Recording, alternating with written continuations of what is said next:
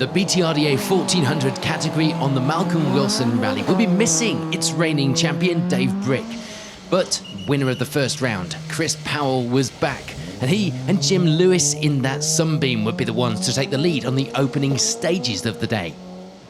The Herefordshire Raceway pair would be sitting just ahead of this man, Callum Black. Michael Gilby alongside, fresh from his appearance on Who Wants to Be a Millionaire. Callum back out in the MG in the 1400s this season. Good to see, and going well. 39 seconds off the lead at this stage though. This weekend would be the first time out in the new car for Richard Jordan and James Grattan-Smith. Clearly getting to grips with things early on. Third place would be theirs for now in this Corsa.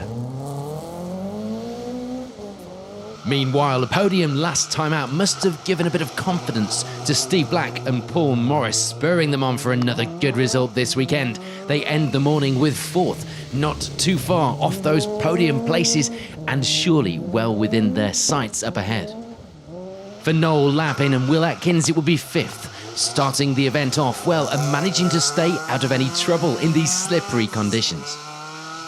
The wide-arched Micra, meanwhile, of Dominic Hodge and Stefan Arndt would be sixth. The pair just 17 seconds back from Lappin up ahead after the first three stages of the day.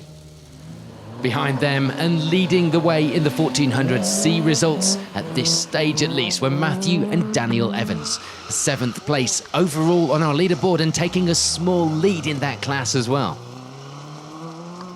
A spin on the opening stage of the day would see Stuart Spire and Peter Williams off on the wrong foot, you could say. They do have a much better run though through the next couple of stages to end the morning with 8th on the leaderboard. It's another Corsa. And for Richard Garnett and Rob Gillam, it will be 9th. The micro pair lying 26 seconds back from Spire, but also lying second in the 1400 C-class battle as well. Third in that class and rounding out our top 10 overall in the 1400s were Alex Holliday and Jane Wright in my old Ford KA. In the rally first category, it will be a tough start for Sam and Liam Johnson. They do lead the way in the category, but we're suffering with the screen misting up for much of the morning. Second in that class would be Wesley Guilford and Mark Townsend. Sadly, their luck would be a little worse. They retire in service. And we would lose Andrew Wheatley and Kirsten Dallas. They bend the beam on the rear of the Puma, causing some unusual handling, shall we say. So we reach the end of the morning stages here at the Malcolm Wilson Rally. The results, or at least the leaderboard in the 1400s, looks like this. On to the second half of the day then, and the rally first category would see the end of its now only remaining crew. Sam and Liam Johnson coming to an abrupt end, the pair rolling the car on an innocent enough looking corner. But then they all are.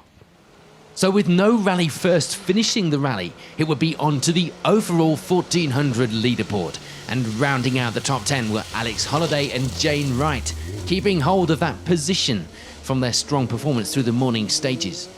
It was a similar story as well for Richard Garnett and Rob Gillam. They keep hold of their 9th place overall, a 1-minute penalty not even changing their overall position. For Matthew and Daniel Evans, it will be the 1400C win.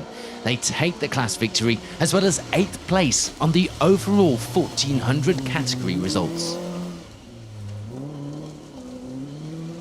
Delays in the Grisdale stages and snow back up in Greystoke would all mean a bit of a hard job catching up the time for Stuart Spire and Peter Williams.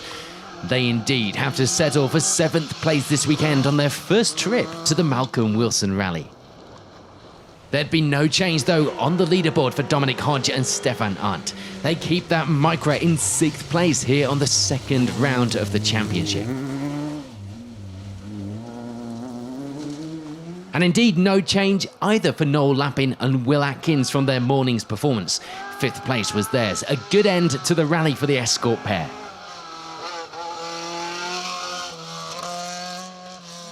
That debut for Richard Jordan and James Grattan-Smith Well, if you were wondering, it had gone well. They do lose out on a position through the afternoon, but fourth was a very respectable result considering these conditions and their lack of experience.